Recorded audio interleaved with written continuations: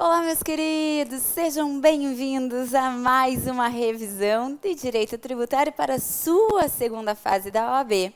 Conforme promessa, estou aqui para falar sobre alguns julgados interessantes dos tribunais superiores e que tem sim muita chance de cair em nossa prova de segunda fase. Como que vai funcionar essa revisão? Eu passarei os olhos, farei a leitura com vocês das emendas desses julgados que eu selecionei e logo em seguida explicarei. Fique tranquilo, eu tenho certeza que você vai gostar dessa revisão. E por sorte, quem sabe iremos encontrar em nossa prova uma, duas, quem sabe até 3 questões da nossa revisão de hoje. Vamos lá? Preparados? Então eu quero saber se você sim está preparado para assistir essa aula e, no final, eu quero saber se você está preparado para para fazer a nossa prova de segunda fase. Vamos lá? Começamos então aqui com o primeiro julgado, que eu penso que é uma grande possibilidade real de aparecer na nossa prova. Acompanhe. Nós temos agravo regimental do recurso especial. Crime contra a ordem tributária. Não recolhimento de ICMS recebido na venda de mercadoria, fato que se amolda ao crime previsto no artigo 2º, inciso 2 da Lei 8.137 de 90. Acolenda a terceira sessão dessa Corte Superior de Justiça, no julgamento do HC 399-109, pacificou o entendimento de que, em qualquer hipótese de não recolhimento de ICMS, comprovado o dolo, configura-se o crime tipificado no artigo 2º, inciso 2 da Lei 8.137, ressalva do ponto de vista do relator. No caso dos autos, o recorrente foi acusado de não efetuar no prazo legal o recolhimento de ICMS recebido pela venda de mercadoria, conduta que se amolda ao tipo do artigo 2º, inciso 2 da Lei 8.137 de 90. Queridos, olha o que acontece aqui. Entende-se que o fato do contribuinte ele vender uma mercadoria e, com a venda dessa mercadoria, ele embute o valor que ele recolheria do ICMS na mercadoria e depois ele não paga o ICMS para o Estado, o STJ compreendeu que isso configura crime contra a ordem tributária. Agora, é claro, vamos esclarecer aqui esse entendimento do STJ para que você não caia em nenhuma pegadinha da prova da OAB. Até porque nós temos uma súmula que comentamos muito durante as nossas aulas, que é a 430 do STJ, que diz o seguinte: o mero inadimplemento de tributo por si só não é infração à lei. E tanto que não gera a obrigação, a responsabilidade para o sócio gerente pagar. Ora, nós vimos durante todo o nosso curso, realmente, que o mero inadimplemento de um tributo não é infração à lei. E agora, esse novo entendimento do STJ está dizendo, mas se não pagar o ICMS, é crime contra a ordem tributária. Como é que eu fico nessa situação, Josi? Se eu aprendi que não pagar o tributo não é infração à lei, e agora você está me dizendo que se eu não recolher o ICMS é crime contra a ordem tributária. Mas vamos lá. Tem sentido essa decisão do STJ? Ora, independentemente do nosso posicionamento, agora eu vou trazer a vocês o entendimento do STJ, o que ele entendeu para chegar nessa conclusão. Considerando que o ICMS é um tributo indireto, lembrando o que é tributo indireto, é aquele em que é possível o repasse do encargo financeiro para o próximo da cadeia.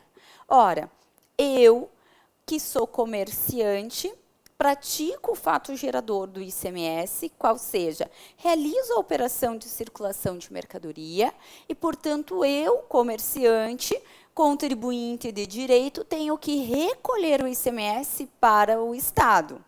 Na hora que eu recolho, que eu penso nesse recolhimento, eu digo, opa, mas eu não quero suportar esse encargo financeiro, não. O que eu vou fazer?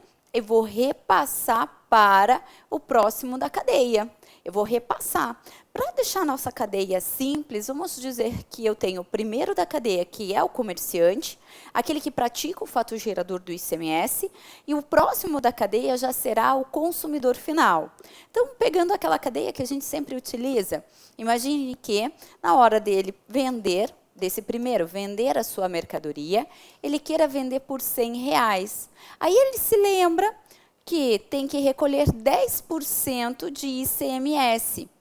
10% sobre uma base de 100, ele então deve recolher para o Estado R$10.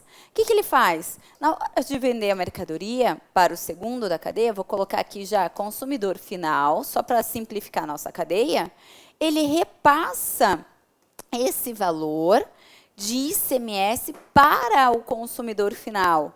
Então, ao invés de vender por R$100, aquela mercadoria que ele já tinha em mente que venderia por 100, ele vende por 110. Ok, vendeu por 110, e o consumidor final, então, pagou esse valor.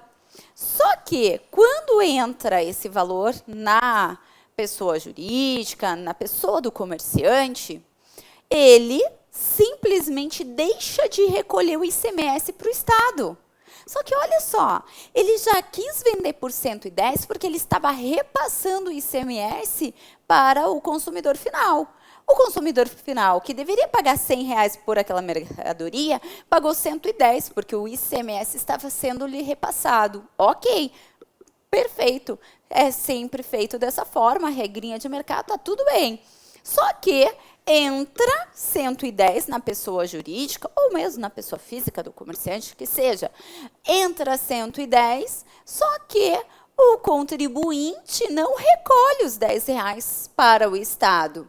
O STJ, então, entende que nessa situação em que há dolo do comerciante, então, há crime contra a ordem tributária, em razão do artigo 2º, inciso 2, da Lei 8.130, de 90. Olha o que diz, só para você compreender. Vamos lá. Artigo 2º, constitui crime da mesma natureza. Deixar de recolher, no prazo legal, valor de tributo ou de contribuição social descontado ou cobrado na qualidade de sujeito passivo de obrigação e que deveria recolher aos cofres públicos. Então, o STJ tem aplicado esse dispositivo para dizer, ó, o sujeito passivo é o contribuinte que pratica o fato gerador do ICMS, ele repassou para o consumidor final o ICMS, então ele deveria pagar para o Estado aquele valor, só que ele deixa de recolher. Crime contra a ordem tributária. Então, muito cuidado. Trata-se de um entendimento novo do STJ, gerou muita polêmica, muita discussão, muitos doutrinadores tributaristas não concordam com esse posicionamento do STJ. Mas você sabe, agora, para a prova da OAB, eu tenho que me manifestar como têm decidido os tribunais superiores, bem como prevê a lei. Eu falei 830, por favor, é 837 de 90, a lei de crimes contra a ordem tributária, certo? Então, só para você perceber, é um entendimento do STJ. Então, eu mantenho aquela questão, Josi, mas o inadimplemento de tributo não é crime contra a ordem tributária? Exatamente, vamos manter. Mas esse caso do ICMS, em que há o repasse para o consumidor final, e depois ele acaba, o comerciante não recolhendo o ICMS, tem um entendimento diferenciado, particular, é só desse caso, em que o STJ considera que, como houve o repasse para o consumidor final e não houve o recolhimento para o Estado daquele ICMS, então configura crime contra a ordem tributária, nos termos da 837, artigo 2º, inciso 2.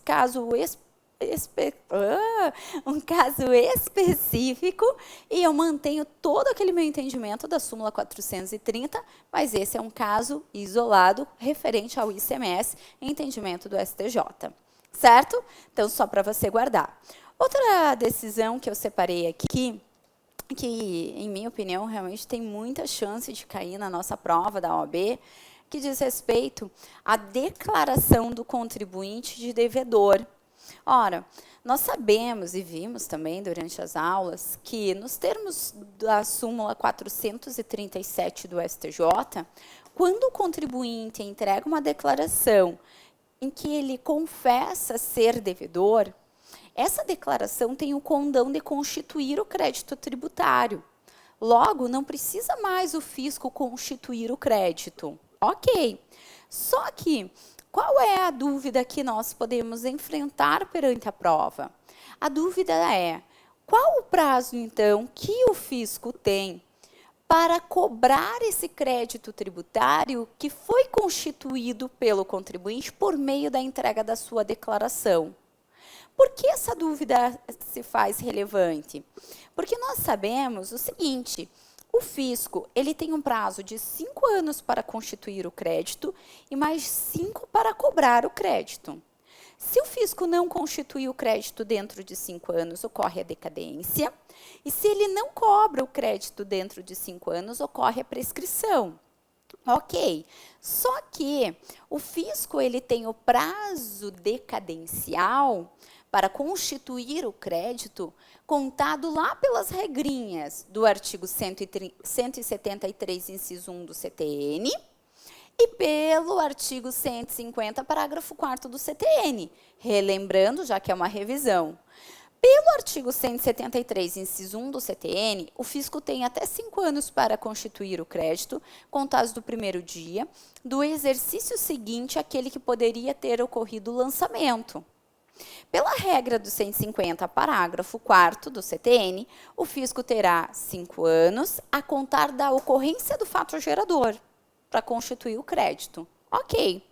Quem está na regra do 173, inciso 1 e quem está na regra do 150, parágrafo 4º?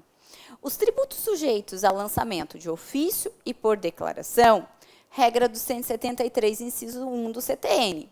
Os tributos sujeitos a lançamento por homologação, artigo 150, parágrafo 4º do CTN.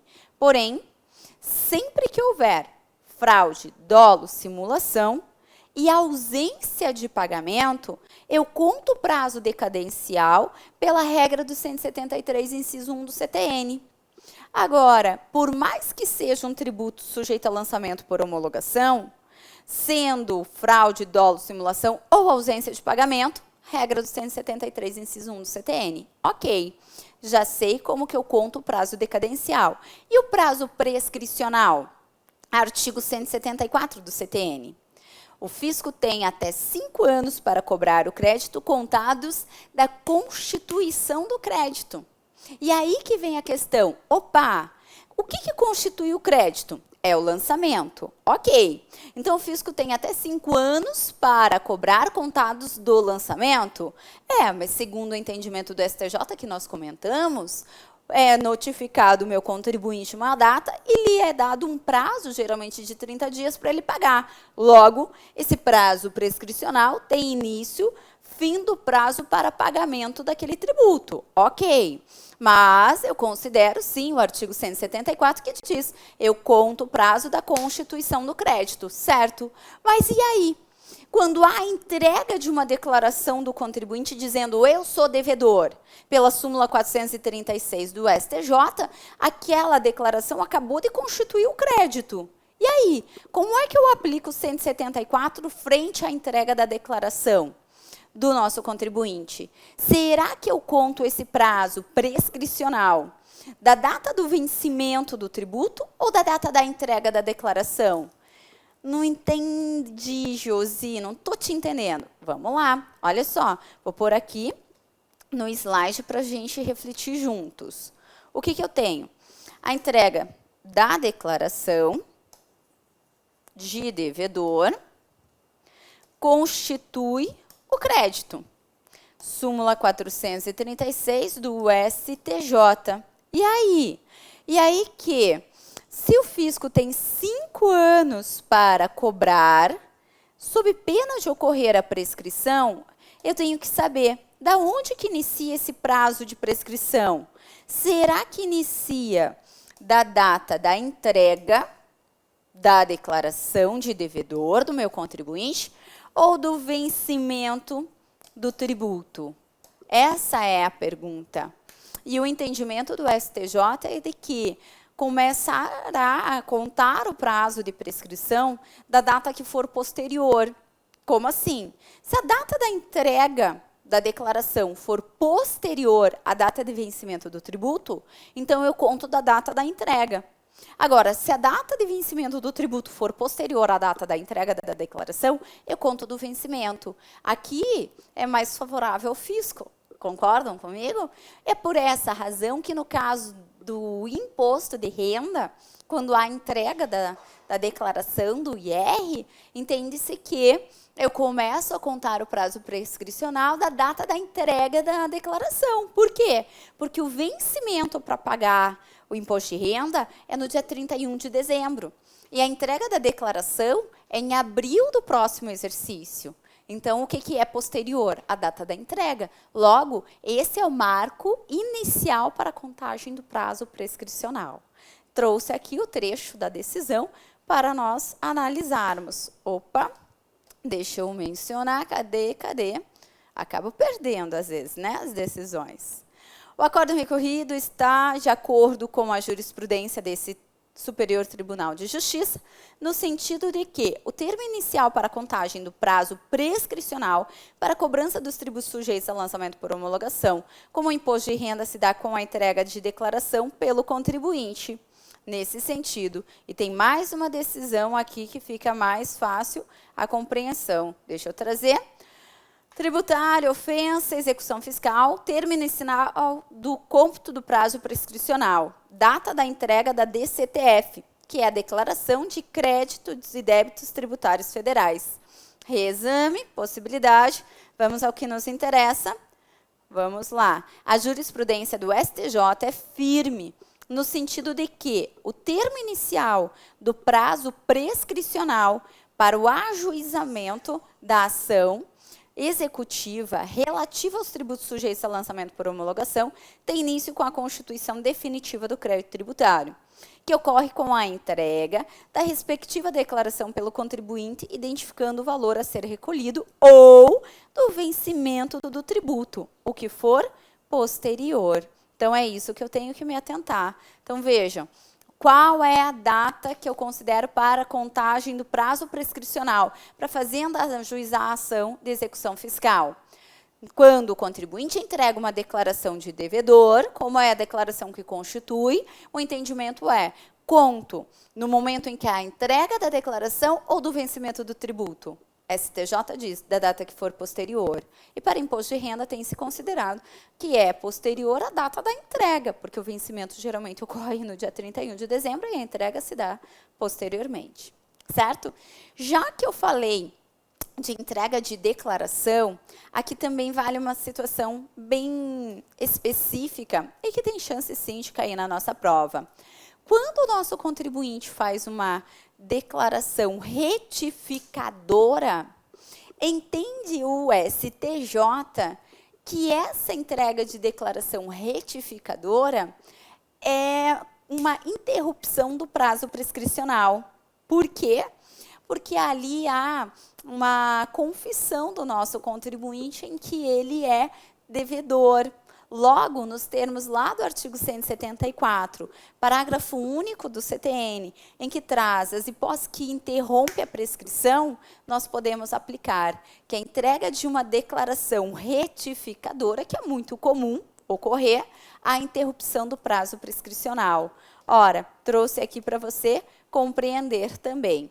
DCTF, retificadora, alteração nos valores devidos, aspecto dimensível da hipótese de incidência, influência no lustro prescricional. Então, ambos os acordos que compõem a primeira seção têm se posicionado no sentido de que a declaração retificadora, quando não meramente formal, é espécie de reconhecimento do débito a ensejar a interrupção do prazo prescricional, segundo o artigo 174, parágrafo único, inciso 4 do CTN. Logo, estando a decisão monocrática, o acórdão recorrido. Aqui, então, tenho, entregou uma declaração retificadora, vi que eu devo mais. Então, há consideração de que interrompe o prazo de prescrição, favorável ao fisco, então, né? Nos termos do artigo 174, parágrafo único, inciso 4 do CTN. Cuidado com isso, porque a FGV adora entendimentos dos tribunais superiores e tudo que é julgado, levando em consideração a prática, pode sim ser possível de cair na nossa prova prática. Vamos para mais um assunto? Esse não caiu ainda, pode aparecer para nós. Dívida tributária da empresa. Olha só o que eu tenho aqui. Processual civil e tributário, execução fiscal, dívidas tributárias da matriz, CNPJ próprio das filiais e relevância no que diz respeito à unidade patrimonial da devedora. O STJ, no julgamento do RESP 1355, submetido ao rito do artigo 543 do CPC, entendeu que a filial de uma empresa, apesar de possuir CNPJ próprio, não configura nova pessoa jurídica, razão pela qual as dívidas oriundas de relações jurídicas decorrentes de fatos geradores atribuídos a determinado estabelecimento constituem, em verdade, obrigação tributária da sociedade empresária como um todo. Ora, o que isso significa? Significa dizer o seguinte: o meu contribuinte tem uma matriz e várias filiais.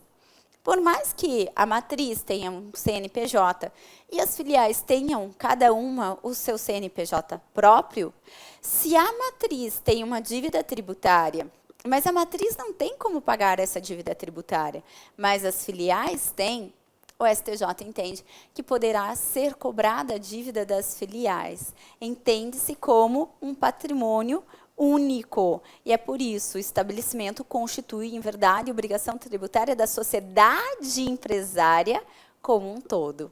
Essa seria bacana, não é? Imagine, parece que eu posso verificar aqui o enunciado.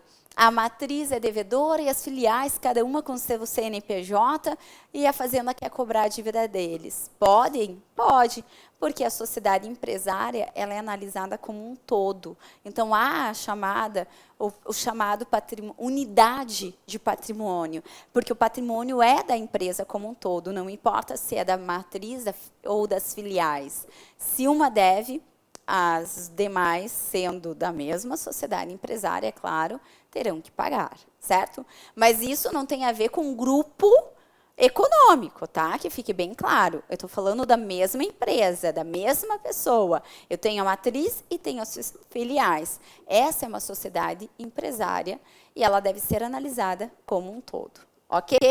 Vamos para mais uma decisão? O que vocês acham? Então, vamos lá. Requisitos para impedir o registro ou manutenção do nome do devedor no CADIM, quando há discussão judicial de débito fiscal. Opa, olha que bacana. Ementa débito fiscal, dívida discutida judicialmente, suspensão do registro no CADIM. Requisitos. Artigo 7º da Lei 10.522 de 2002. A mera existência de demanda judicial não autoriza por si só a suspensão do registro do devedor no CADIM, haja vista a exigência do artigo 7º da Lei 10.522 de 2002, que condiciona essa eficácia suspensiva a 2 requisitos comprováveis pelo devedor, a saber: tem ajuizado a ação com o objetivo de discutir a natureza da obrigação ou o seu valor, com oferecimento de garantia idônea e suficiente ao juízo, na forma da lei, e esteja suspensa a exigibilidade do crédito objeto do registro nos termos da lei. Destarte a mera discussão judicial da dívida sem garantia idônea ou suspensão da exigibilidade do crédito nos termos do artigo 151 do CTN, não obsta a inclusão do nome do devedor no CADIM. Então, cuidado com isso. Eu tenho que ter ajuizado a ação com o objetivo e esteja suspensa a exigibilidade do crédito objeto do registro nos termos da lei. Então, veja. Quais são as hipóteses que suspendem a exigibilidade? Artigo 151 do CTN. Então, para tirar, para suspender, né, o nome do meu contribuinte, eu tenho que seguir lá o que determina o artigo 7º da Lei 10.522 de 2002. Essa Lei 10.522 de 2002, nós falamos durante o nosso curso sobre a importância dela. Então, você já deve ter ela separadinha. Agora, aproveite para grifar esse artigo 7º, pois se falar de CADIM, você já sabe que iremos encontrar a resposta nesse dispositivo. Ok? Mais uma decisão. Vamos lá. Inclusão na base de cálculo do imposto de renda da pessoa jurídica e da contribuição social sobre o lucro líquido dos valores referentes aos juros remuneratórios pela taxa Selic, incidentes quando da devolução dos depósitos judiciais. Deixa eu fazer a leitura e depois eu explico. Base de cálculo do imposto de renda da pessoa jurídica, IRPJ, e da contribuição social sobre o lucro líquido. Discussão sobre a exclusão dos juros Selic incidentes quando da devolução de valores em depósito judicial feito na forma da lei e quando da repetição de indébito tributário na forma do artigo 67, parágrafo único do CTN. Os juros incidentes na devolução dos depósitos judiciais possuem natureza remuneratória e não escapam à tributação pelo IRPJ e pela CSL, na forma prevista no artigo 17 do Decreto-Lei 15.9877, em cuja redação se espalhou o artigo 373 do Decreto 3.000 de 99. E na forma do artigo 8º da Lei 8541, como receitas financeiras por excelência, acórdão submetido ao regime do artigo 543. Queridos, só para deixá-los tranquilos também, recentemente, o nosso regulamento de imposto de renda, Decreto 3.000, foi revogado, né? Salvo engano, no finalzinho de novembro de 2018. Vocês não precisam se preocupar com esse decreto que revogou o regulamento do imposto de renda, porque quando publicado o nosso edital, esse decreto 3.000 de 99 que estava vigente. Logo é ele que podemos considerar para a nossa prova.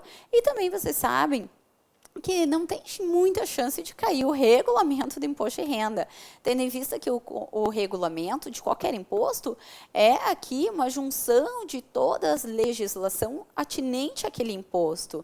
E durante o nosso curso e no nosso Vademecum, nós temos a legislação completa sobre o imposto de renda. Então, isso é um assunto que vocês não precisam se preocupar. Agora, quanto a esse julgado, aqui importância absoluta, tanto que há previsão no artigo 17 do Decreto-Lei 1598. O que acontece?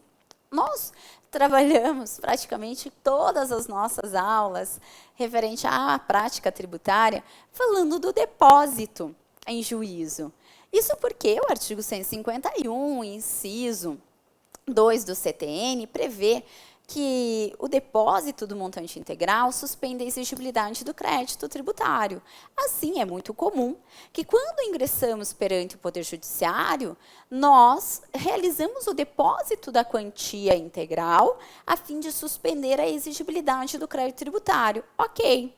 E você sabe que, no final da demanda, quando transitado em julgado, esse depósito, se o meu contribuinte perder a demanda, será convertido em renda do ente litigante. Mas se o meu contribuinte for vencedor, ele vai levantar esse depósito. Só que como uma demanda pode levar anos para ser julgada, logo, durante esses anos, eu tenho ali juros. E o entendimento do STJ é que, quando eu levantar esse valor, sobre os juros incidentes do valor depositado, possa sim incidir tanto o IRPJ como a CSL. O mesmo quando eu faço a ação de restituição. Os juros em razão do valor que eu recebo são objeto de tributação do IR e da CSL. Ok? Então, aqui acho que é interessante. Também tem chance de aparecer em nossa prova. Ok? E deixa eu só falar, claro, né, dessa decisão aqui também, que Muitos me perguntam, processual civil e tributário, agravo interno, enunciado administrativo, inconstitucionalidade de inclusão do ICMS na base de cálculo do PIS e COFINS, não afastada pelo acórdão recorrido, possibilidade de arguição de inconstitucionalidade em sede de exceção de pré-executividade, excesso de execução, situação não comprovada para fins do decote na CDA, impossibilidade de dilação probatória em sede de exceção de pré-executividade. Essa Corte já se manifestou acerca do cabimento de exceção de pré-executividade para discutir constitucionalidade de tributo. Contudo, não foi por contrariar essa assertiva que o acórdão recorrido não conheceu do pleito. Ocorreu o caso dos autos, foi o reconhecimento da impossibilidade de conhecimento da exceção de pré-executividade em razão da necessidade de dilação probatória, a fim de corroborar o acolhimento do excesso de execução, eis que não demonstrado o recolhimento das contribuições ao PIS e à COFINS, nas competências exigidas com a inclusão do ICMS sobre as contribuições referidas, ou seja, não foi trazido aos autos os documentos necessários a evidenciar o acréscimo desarrazoado para análise de eventual nulidade do título que goza de presunção de liquidez e certeza. É-se disso nessa Corte que eventual recolhimento de parcela inconstitucional de tributo incluída na CDA não invalida todo o título executivo, permanecendo parcialmente exigível a parcela não eivada de vício, não havendo sequer necessidade de emenda ou substituição da CDA. Em casos que tais, essa Corte tem autorizado o chamado decote na CDA, sobretudo em casos que demandam meros cálculos aritméticos. Se até mesmo nos casos de embargos à execução fiscal tem sido exigida a memória dos cálculos e demonstrativo do excesso de execução para fins de recebimento dos embargos, quanto mais a exceção de pré-executividade deve ser instruída com prova pré-constituída do pagamento da parcela inconstitucional do tributo para fins de possibilitar o decote na CDA, o que não ocorreu na hipótese, conforme declinado pelo acórdão recorrido. Não possível abrir prazo para a juntada de tais documentos, posteriormente, haja visto descabimento de dilação probatória em sede de EPE. Ora, o que a gente vê aqui? Muito comentamos durante as nossas aulas a respeito de que, na exceção de pré-executividade, eu tenho que ter na defesa exatamente atendida a súmula 393 do STJ, que diz, deve ser matéria que possa ser conhecida de ofício e sem dilação probatória. São 2 requisitos, meus queridos, e não apenas um. Ora, é entendimento pacificado pelo STJ que quando o Supremo já declarou inconstitucional um tributo, é uma matéria que possa ser conhecida de ofício. Mas isso não é suficiente para eu dizer que eu vou apresentar a EPE como defesa do meu cliente. Por quê? Porque se eu precisar demandar dilação probatória, não cabe a EPE. Então, não se esqueçam na prova. Para apresentar a EPE, exceção de pré-executividade, eu tenho que ter esses 2 requisitos juntos, quais sejam. Eu tenho que ter a matéria que possa ser conhecida de ofício e que não demande dilação probatória, certo? E, claro, aproveitando aqui também, você sabe que o Supremo Tribunal Federal, ele decidiu que o ICMS não pode compor a base de cálculo do PIS e da COFINS. Ora, Josi, eu não entendo isso. Quando você fala que o Supremo decidiu que o ICMS não pode compor a base de cálculo do PIS e da COFINS. Vamos lembrar, gente, como o ICMS é um tributo indireto, ele é repassado para o próximo da cadeia. Quando entra o valor da venda para a pessoa jurídica, eu tenho que computar ali a tributação. PIS e COFINS incide sobre faturamento da pessoa jurídica ou sobre a receita da pessoa jurídica. E no passado, o que a União estava fazendo? Ela considerava aquele valor recebido a título de ICMS para compor a base de cálculo do PIS e da COFINS. E o Supremo chegou até que, enfim, a conclusão para falar, mas essa receita não é dessa pessoa jurídica. O ICMS é uma receita do Estado. Trazendo aqui no desenho para você compreender. Veja, quando o primeiro da cadeia, de novo, né? ele quer vender a mercadoria, ele vai vender por 100, mas incide lá 10% de ICMS, então ele tem que pagar R$10 de ICMS para o Estado. Então ele vende para o consumidor final por 110. Ok. Quando ele vende para o consumidor final por 110, entra realmente na pessoa jurídica esses 110. Entrou na PJ 110. A PJ, que tem receita, faturamento, tem que recolher PIS e COFINS, porque são contribuições sociais que incidem sobre a receita da pessoa jurídica. Só que a União, ela estava compreendendo que a receita da pessoa jurídica era esse valor que ela recebeu, R$110. Só que o Supremo disse não, não é não, porque esses R$10 é, na verdade, uma receita do Estado. A receita da pessoa jurídica é apenas 100. Por isso que se fala. Então, o Supremo compreendeu que deve excluir o valor do ICMS da base de cálculo do PIS e da COFINS. Porque a base de cálculo do PIS e da COFINS é a receita da pessoa jurídica, então é a receita da pessoa jurídica. Por mais que entrou 110, porque a pessoa jurídica repassou o ICMS para o consumidor final, os R$10 não é daquela pessoa jurídica, é do Estado. Então, não pode incidir PIS e COFINS sobre o valor 110. Tem que incidir tão somente sobre 100, porque os 10 corresponde ao ICMS que pertence à receita do Estado. Entendeu? E aí entra naquela situação. Olha como o tributário é uma sequência lógica. Tanto é do Estado que se o contribuinte não paga, o STJ diz crime contra a ordem tributária. Você repassou para uma pessoa o tributo e não recolheu para o Estado. Ué, não é receita tua, não é receita do Estado, engraçadinho. Na hora de brigar para não compor tua base de cálculo do PIS e da COFINS, você briga. E agora, na hora de não pagar, você diz que não é crime. Você se apropriou de uma receita que não é tua. É crime, sim. Certo? Só mais um pouquinho. E a gente já finaliza essa revisão, que eu sei que vocês estão cansados, querem descansar e tem razão. Hoje é um dia para você não ficar se matando de estudar, não.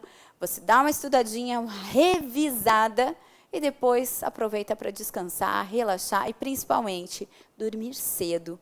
É muito melhor que você acorde descansado para realizar uma boa prova, do que ficar virando a madrugada para querer dar conta de tudo. Chega na hora da prova, você vai estar cansado e não vai se atentar aos detalhes. E é aqui que você sabe, o importante para nós não é decorar, mas sim raciocinar.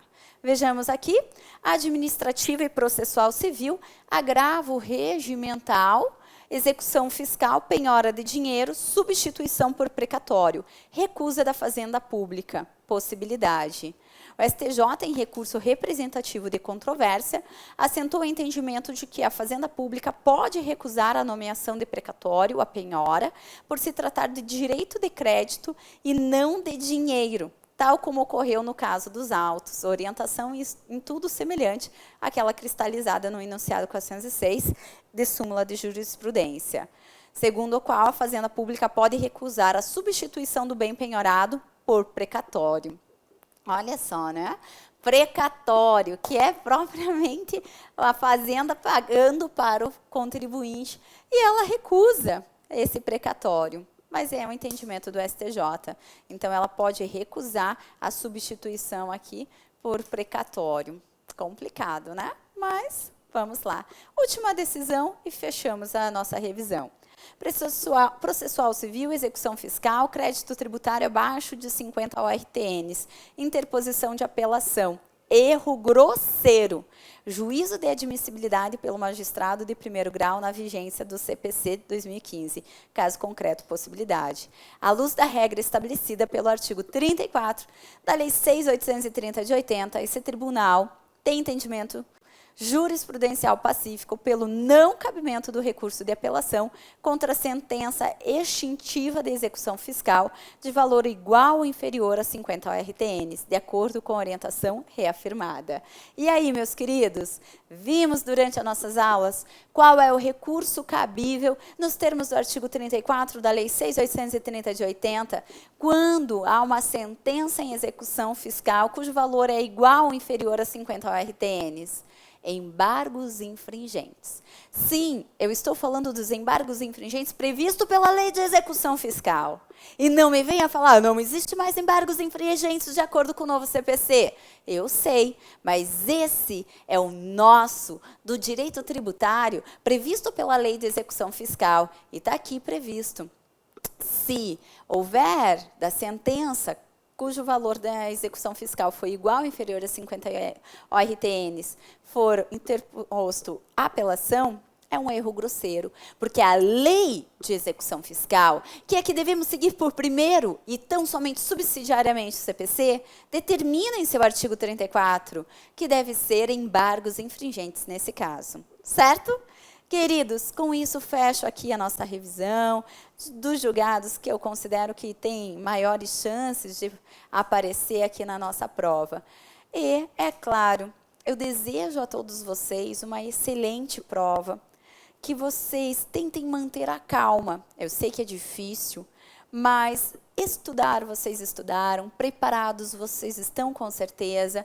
Mesmo você que acha que não conseguiu vencer todas as nossas aulas, ler tudo aquilo que a gente propôs, fazer todos os nossos exercícios, você fez 5 anos de faculdade de Direito. Você que trabalha, ou mesmo que não trabalhe na nossa área, o importante é, tenha certeza, você está preparado. 5 anos de faculdade, você aprende muita coisa. Então, mostre ao examinador que sim, você está apto a exercer a nossa profissão da melhor forma possível. E é claro, se não for a sua prova, é porque não era o seu momento. E nós iremos compreender isso talvez lá na frente. Então não se cobre tanto. Vá para essa prova de alma lavada e aceite aquilo que está guardado para você. Se não for a sua hora, não tem problema. Ela vai chegar com certeza e só Ele sabe qual é o nosso momento, qual é o melhor momento para nós. É claro que todos queremos passar nessa prova, mas talvez não seja a hora. Então não se cobre. Quem está cobrando você passar nesse exame de primeira, ou quem sabe nesse exame, porque você já fez alguns exames, é só você. Não é seu pai, não é sua mãe, não é seu marido, não é seu namorado, namorada, não. É só você. E você não precisa provar nada para você, porque você sabe da sua competência. E não é uma prova que vai dizer se você é capaz ou não de exercer a profissão que você escolheu para a sua vida. Tenha certeza, você está no caminho certo. Você já é um advogado. Agora, passar nessa prova, só uma questão de tempo. E eu acredito em você. Eu tenho certeza que você é o mais preparado, porque você se dedicou, porque você estudou. E agora, basta encarar a prova como mais um dia de estudo, de trabalho. E não tenha medo. Vá com tudo, vá sem medo. Afinal, você é um tributarista. E nós, tributaristas, não deixamos nos abater. Nós vamos e enfrentamos tudo aquilo que nos é proposto. E o mais importante de tudo, não desista. Não desista de você, não desista dessa prova. Na hora que você receber a prova e que você pensar, meu Deus, eu não sei, você pode até sentir que lágrimas caem dos seus olhos. Mas eu preciso que você levante a sua cabeça, jogue as lágrimas de novo e diga, eu sei, eu vou vencer. Não desista. Não desista por achar que a prova está difícil, por achar que você não sabe. Vá até o fim. Dê o seu melhor, que eu tenho certeza que a aprovação irá acontecer nesse exame. Então, queridos, um beijo grande, vão com Deus e vai dar tudo certo. Amanhã estarei com vocês a partir das 18 horas para divulgar o gabarito extraoficial, traçar os principais comentários. Até mais!